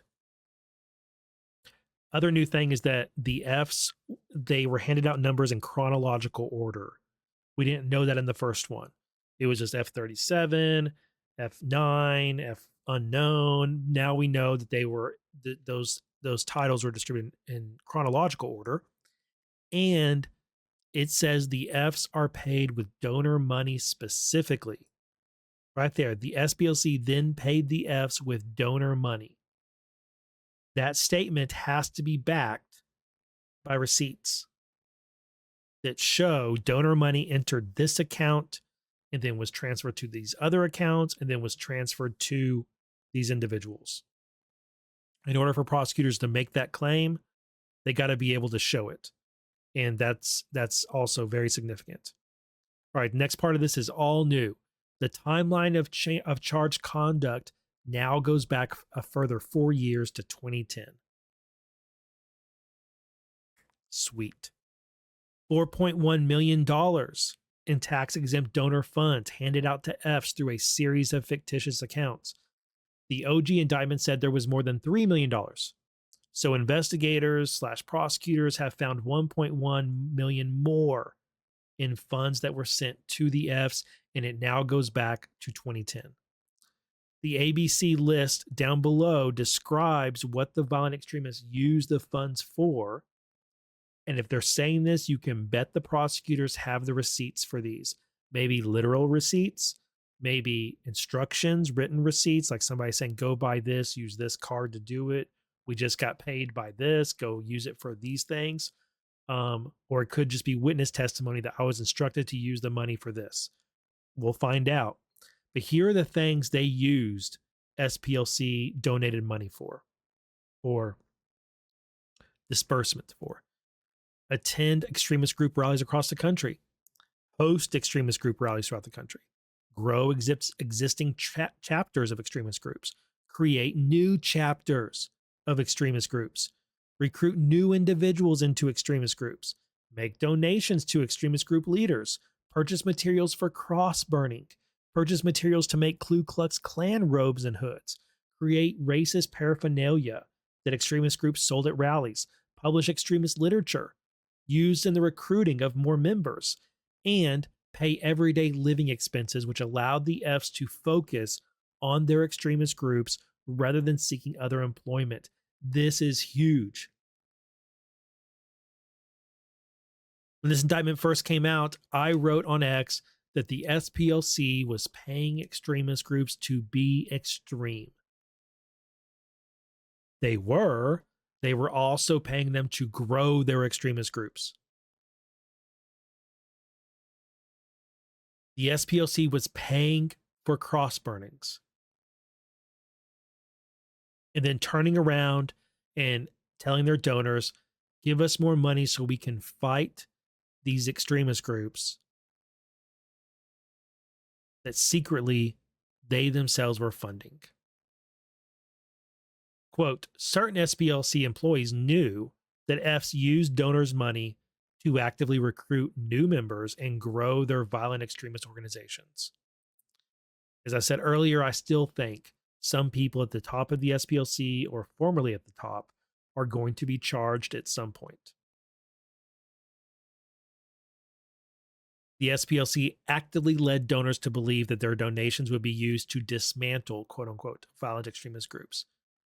But they hid from donors the fact that a portion of their donated funds was being secretly used to support those same groups and to fund their violent, racist, and extremist activities. The SPLC has a lot of cash and a lot of assets, nearly $1 billion. If convicted on these charges, they could face a huge forfeiture to the tune of hundreds of millions of dollars. 4 more fictitious entities have been added to the superseding indictment. These accounts were mentioned in the first indictment as investigated internally by the banks, and now prosecutors have enough to include them here. Those new ones are Imagery Inc., J&J Electronics, Kelly's Marine, and Turner Personnel. The OG indictment described examples of Fs, who they were, how much they got, and when. and then described the fictitious business accounts. The new indictment flips that and describes the fake accounts first and then tells the reader about the Fs. It's better storytelling as it takes you from who the SPLC is, how they got money from donors, tells you about the fake accounts the donor money went to, and then about the Fs that ended up getting funded for their extremist activities. The new section, I'm going to take you through some of these examples they have in here that they've given more information on. The new section on F9 is the first one that comes up, and it gives more than twice the info on their activities that the first indictment did. And for this section, I'm going to go here for ease of reading and displaying it on here. All right. SPLC secretly paid F9 more than $1.2 million in donor money. At the direction of the SPLC, F9 infiltrated the neo-Nazi organization, the National Alliance, while clandestinely receiving donors' money through the Tech Riders bank account. That's one of the new ones they've added here. F9 was also fundraising for the National Alliance. The money F9 raised helped the National Alliance carry out extremist activities. In 2014, F9 broke into the headquarters of an extremist organization and stole approximately 25 boxes of documents. F9 transported these documents across state lines from West Virginia to North Carolina. Thereafter, with the knowledge of Employee 2, donors' money was used to copy the stolen material, after which F9 broke into the headquarters again and returned the originals. Employee 2 used the copies, knowing they were stolen, as the basis for a story published on Hate Watch. The SPLC used this story to solicit more donations. Thereafter, Employee 2 paid approximately $6,000 in donors' money to F39 to falsely take responsibility for the burglary. And more crimes, of course, could be charged for the conduct of these individuals here. The SPLC paid F9 for over 20 years. However, in just the time period alleged in the superseding indictment, the SPLC secretly paid F9 over $1.2 million in donors' money.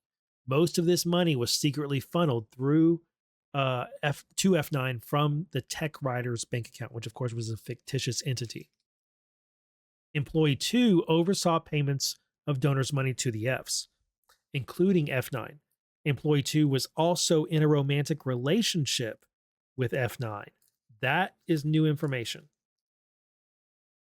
During this relationship, Employee 2 and F9 shared a house and 2 bank accounts. Guys, again, Employee 2 is an employee of the SPLC.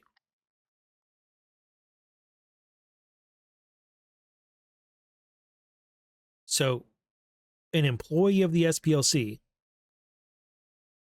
which this would be somebody probably high up. This is not a low-level employee. Employee 2 was living with F9, who was a member of the neo-Nazi organization, the National Alliance, and was secretly receiving over $1 million from the SPLC. Wow. Wow. They had a joint bank account in which they received money from the SPLC. This amounted to approximately 66% of all money ever deposited in their joint bank account. Employee 2 then used donors' money to pay the couple's personal living expenses.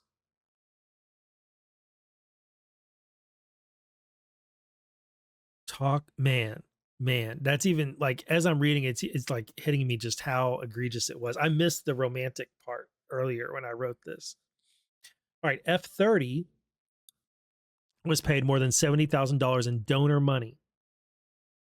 F30 led the National Socialist Party of America, was a member of the KKK, and was the leader of a faction of the Aryan nations that had chapters in approximately 17 states. In April 2010, out of the money and seeking to get out of the white nationalist movement,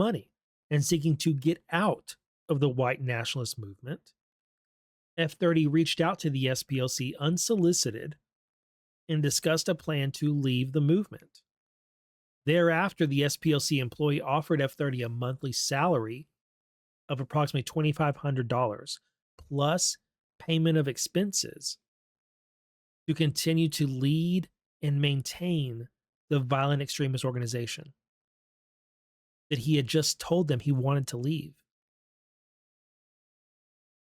Thereafter, an SPLC employee provided Bank 2 with documentation identifying F30 as a rare books employee. Based on this materially false representation, F30 was issued a rare books employee pay card. From approximately 2010 through 2016, the SPLC secretly moved over $70,000 in donors' money from the SPLC operating account through the CIA account to the rare books account and onto F30's pay card. F30 also received some donor money via automated clearinghouse transfers. F30 used donors' money to, among other things, travel to extremist rallies, host extremist rallies, donate money to leaders of other extremist organizations, recruit new members into his extremist organization, publish racist and extremist material for the purpose of recruiting new members, both inside and outside of prison, and create racist paraphernalia to sell at rallies to raise more money for his extremist organization. This was known to certain SPLC employees as they continued to secretly funnel donors' money to him. During the same period the SPLC was secretly using donors' money to fund F30's extremist activities, the SPLC had an entire extremist file webpage dedicated to F30. The SPLC used this extremist file webpage to solicit more donations. So the guy featured in this file, they were paying to be in the organization and to grow it. And then they would send this file, or they would have it on their website with a donate button near it. At one point, F30 asked an SPLC employee to soften the language about him on his extremist file webpage so that it would not scare off new members from joining his extremist organization. The SPLC employee agreed and changed the language on his profile.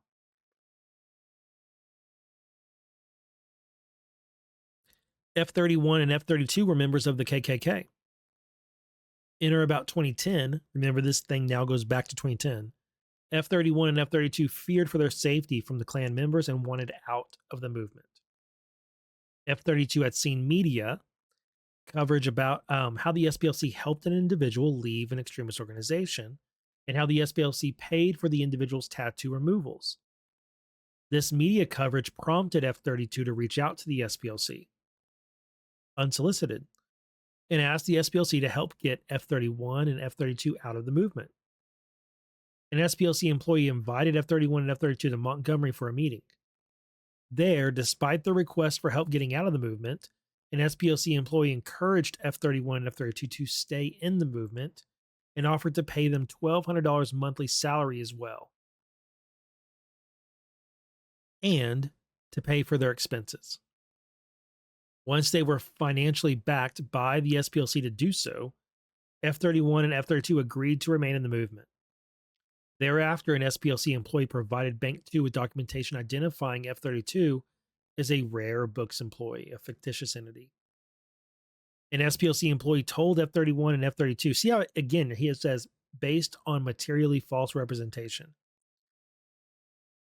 I can't help but think that this SPLC employee, the one that's one or more, who are filling out these bank forms and opening these accounts, and they're all fake, and who is running these accounts, I just can't. That person's got to be charged. Maybe I'm wrong, but I think they got to be charged, and the way they're presented in the story makes me think they will be. But maybe they're a cooperating witness. An SPLC employee told F31 and F32 that if anyone asked where the money come from, they were supposed to say he worked for Rare Books, and that their job was to help college students research and write essays.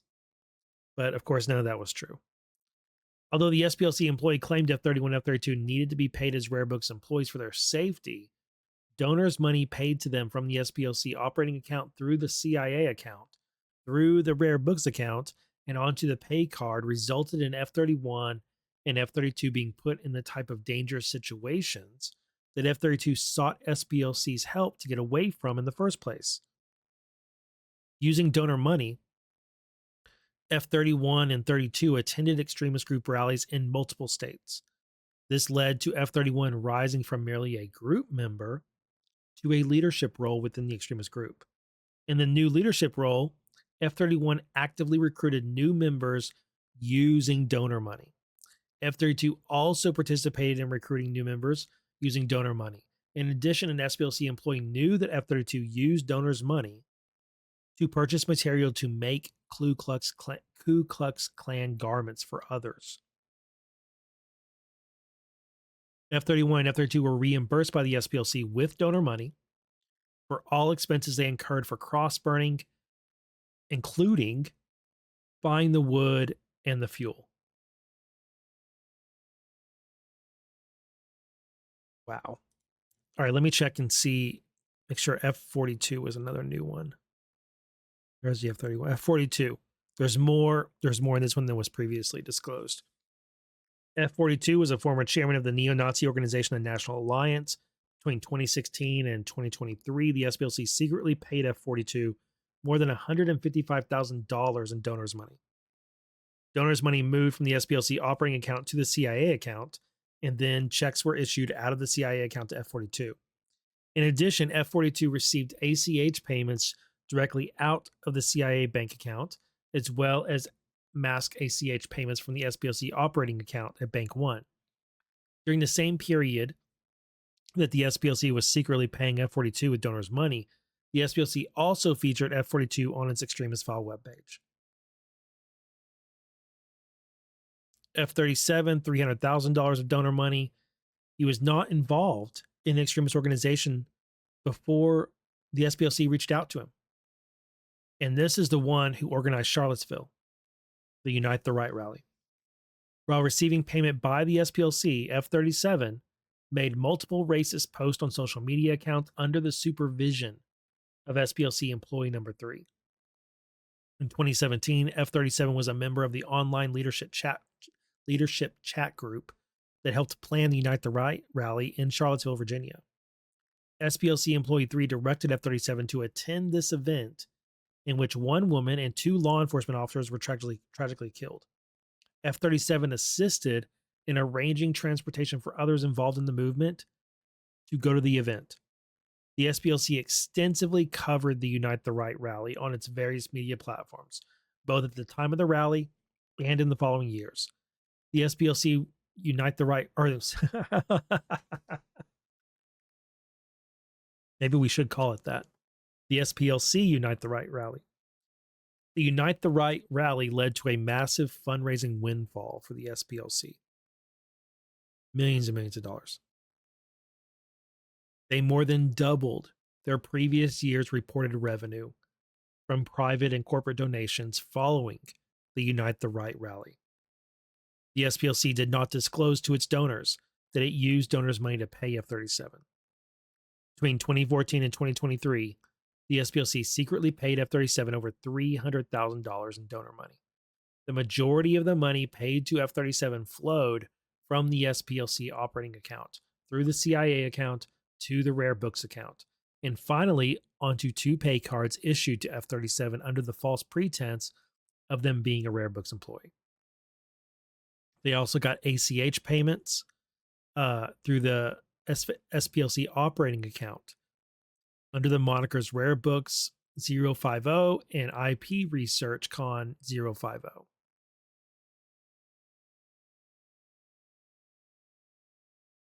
Let's see. F-27 and F-43. The only changes to this one are that it now tells you it's donor money and it tells you which bank accounts it came through. F-18 is a brand new one. F-18 is an imperial wizard of the United Clans of America. The SPLC published literature profiling this guy at the same time that they were paying him. The amount paid to him is not disclosed, though. It says it was with donors' money, but it leaves out how much it was. Maybe they're saving this for another superseding indictment. I don't know. Maybe I don't know, guys. I thought it was interesting. They disclosed that he got paid, but they didn't say how much. All right, the rest of the superseding indictment appears to be the same as the first one. There's a link in the thread to go read it if you want to, or you can watch my previous video on it. The other news items in this case I'm going to get to now are that the SPLC recently filed a motion to dismiss for vindictive and selective prosecution. Of course they did. It's right. That was totally expected. It's got tons of exhibits about how the Trump administration is after their political enemies, blah, blah, blah, blah, blah, blah, blah. I don't even care to read it to you guys. Maybe I'm making a big mistake as far as my coverage. If this thing gets granted, I'll be like, damn, I got to go back and present it to you guys and tell you about how it's, but I just don't expect that to happen. And I don't want to waste your time reading a big, long, bloviating motion about woe is me. Don't you feel sorry for the SPLC? I'm not motivated for it. And I doubt you're motivated to listen to such a thing. More importantly, though, this is big news. The judge has denied the SPLC's motion for the court to force DOJ to correct statements it's made to the public about this case and to bar them from making further statements to the public. My most recent video on this case is about this. That video there, this one here, and there was another one down here somewhere. Right there. Now, my 3 most recent videos on this case have discussed this matter of DOJ making false statements about the SPLC case or about the SPLC organization. And DOJ saying, no, we didn't. And at the same time, SPLC filing for disclosure of grand jury transcripts. And my understanding I arrived at in my last video 2 weeks ago, in that video, I'm reading some of these filings to you guys, and I start to realize, wait a minute.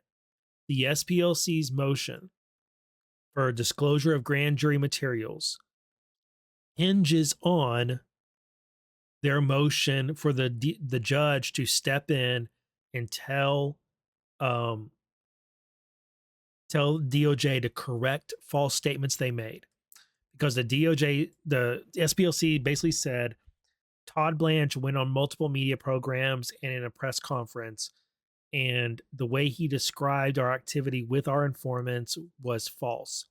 And we believe that not only does that need to be corrected, that it's prejudicial. And if the judge bought their argument that that was true, their motion for disclosure of grand jury transcripts, their strongest argument for that disclosure was that prosecutors may have made prejudicial or false statements, the same ones they alleged Todd Blanche did, may have made those statements to the grand jury, which then led to the indictment. So those 2 motions were filed together, and they're actually connected together. The fact that the judge said, nah, I'm denying your motion for the government to address false statements, and I'm denying your request that I bar them from making prejudicial statements. That tells me the judge is also going to deny the motion for disclosure of grand jury proceedings. Because their strongest argument was that if this was true and granted, then those same false statements, prejudicial statements, were probably made to the grand jury or may have been, so the judge needs to take a look. Now, it's possible the judge may say, I'm going to go ahead and look at it in camera to see if there's any there, but I don't really think so. I think that their arguments are very unpersuasive. And their most persuasive one, they made a few arguments for grand jury disclosure, but their most persuasive one was that since the leader of DOJ made materially false and prejudicial statements, according to the SPLC, then the prosecutor in this case probably did too. And that's weak. So SPLC loses on this motion. I think we're about to get, I'm going to refresh. We're probably about to get an order. We do have new filings since I was recording. No, it's just new attorneys coming in. Okay. So I think we're about to get an order that also says I denying their motion for disclosure of grand jury transcripts. All right, since the superseding indictment came in, which is this right here, the next day there's a show cause hearing. I myself have not looked at this, so let's look at it together. What is this for? Motion to show cause regarding superseding indictment. Hours after the initial indictment in this case was returned and docketed on April 21st, Todd Blanche could not wait to take to the airways to trumpet the charges. Blanche ended up having to correct his misstatement on a later news program. The SPLC then raised his extrajudicial statements with the court. In ruling on that motion this week, the court reminded the prosecutors of their extraordinary obligations, which is same things that all prosecutors are. It's about what you can and can't say. Todd Blanche didn't say anything wrong.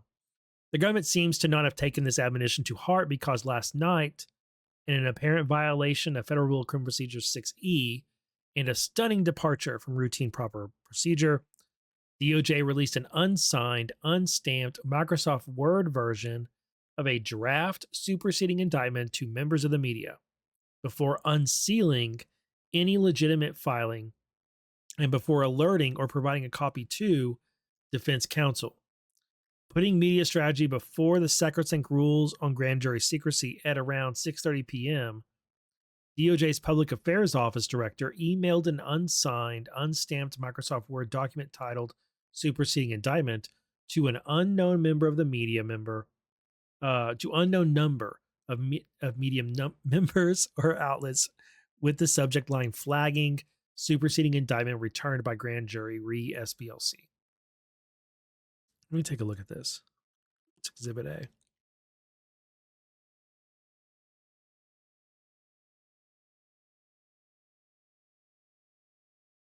Okay. Emily Covington. I wonder if she's in trouble for this. I don't know that it's wrong. I don't know. Maybe she is. All right. The email body then describes some notable new sections. Even contained the underlying metadata for the DOJ attorneys who had authored and last modified the document. No four-person signature or government attorney signature, and no stamp from the clerk's office appeared on the draft DOJ distributed. Okay, I don't think that's a big deal because the one actually filed on the court docket is the one that matters, and it does have the signatures of the people who matter. The three attorneys and the four-person right here. So, journalist at the recipient outlets immediately reached out to the SPLC and its counsel for comment, asking counsel why DOJ had provided the indictment to them in this fashion when it did not yet have it docketed or unsealed. One reporter from a national media outlet even wrote, "It's a little confusing. I now realize we were sent this hours ago from DOJ, but there is no stamp on it and it's not posted on the docket yet." Neither the SPLC nor its counsel were given any notice of the superseding indictment before the draft was distributed, and certainly were not sent what DOJ was eager to send to the media. I mean, I just covered that you were given notice on May 22nd. You, Abby Lowell, wrote, "Prosecutors are considering seeking a superseding indictment from the grand jury on the next grand jury date." And you know when that grand jury date is. And you wrote here, the SPLC understands the government is currently seeking or is considering seeking a superseding indictment. So you had some heads up. Not even the prosecutor in charge of this case could explain it. Replying to the defense counsel, "I need to gather some more information regarding this in the morning." It does seem like a screw up to tell the media first before it was docketed. Is it illegal? I don't know. I don't think so. Says he'll respond back. I wonder what his response was. Okay. Let's go back to this. Okay. In decades of collective practice, including serving as prosecutors at DOJ, none of the SPLC's counsel has ever seen anything remote like this.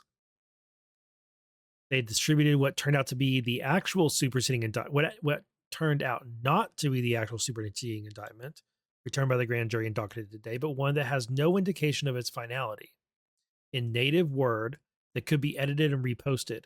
And before the actual return, charges were unsealed to a group of journalists. This conduct violates the letter and spirit of the federal rules, DOJ's own policy, and even common sense notions of professionalism. This morning, shortly before the superseding indictment was unsealed, the government sent a file stamped copy to defense counsel, who had requested information last night after hearing from members of the media about the draft that had been distributed to them. The comparison between the Word document distributed to the media by the Director of Public Affairs last night and the ECF stamped superseding indictment received by SPLC this morning confirms that the Word document is in fact a draft. And it shows discrepancies here between these two sentences. However, the paragraph 20, it's paragraph 21 of the stamped version goes on a little bit further. Okay. This facial difference shows that the draft Word document circulated to the media contained pre-return text that was seemingly later revised and never entered into the public record. The fact that the draft superseding indictment was purposely and intentionally given to the media by DOJ's own Director of Public Affairs herself and not the result of an unintentional mistake makes this all the more concerning. Accordingly, SPLC respectfully moves this court for a hearing and an order directing DOJ and the U.S. Attorney's Office to show cause and explain why its actions on June 2nd were proper and did not violate the law and procedures it is bound to follow.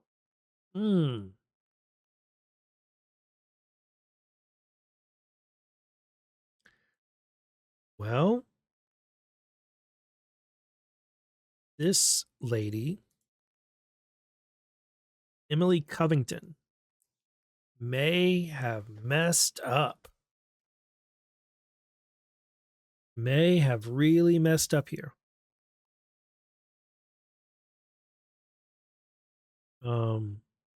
Sometimes media learns and gets a draft of the indictment before of a superseding indictment or other document before it winds up on court listener. So that I have seen before.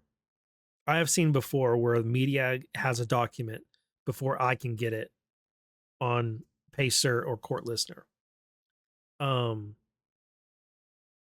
And that's kind of a human thing. A human has to enter it.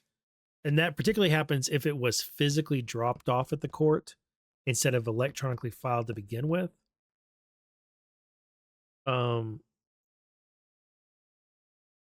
this seems more this sounds way more egregious. It being a draft copy is very concerning. Then DOJ's media person sending it, man, I'm tempted to bring up a point I've said many times before this year about how this administration keeps on playing too much of a media game. And it bites them in the butt. And this could be one of those times that it does that. Okay. I want to see. Right here, he says the first part of their argument is that DOJ releasing this violates Rule 6E, which imposes secrecy over grand jury matters. And that includes drafts and unsigned indictments.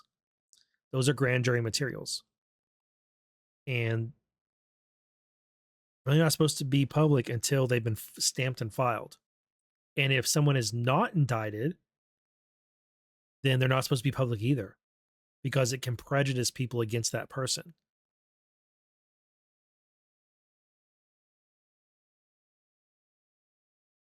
I want to see.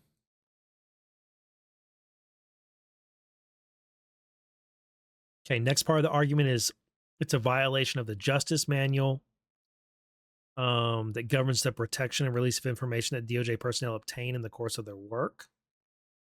That's an internal matter. I do think this Emily person could be in trouble. Emily Covington, right? Lee Covington. All right. C, violations of rules prohibiting extrajudicial statements. I guess you could construe a draft to be an extrajudicial statement. I think that's a bit of a stretch, but I get how you could construct that argument. That it effectively is that. Is my camera about to start working again? All of a sudden, 2 or 3 hours into the recording, it's going to start working. Okay. See, is there more? Right here, they're tying it back to Todd Blanche's previous statements, which the judge already ruled weren't prejudicial and didn't need to be corrected.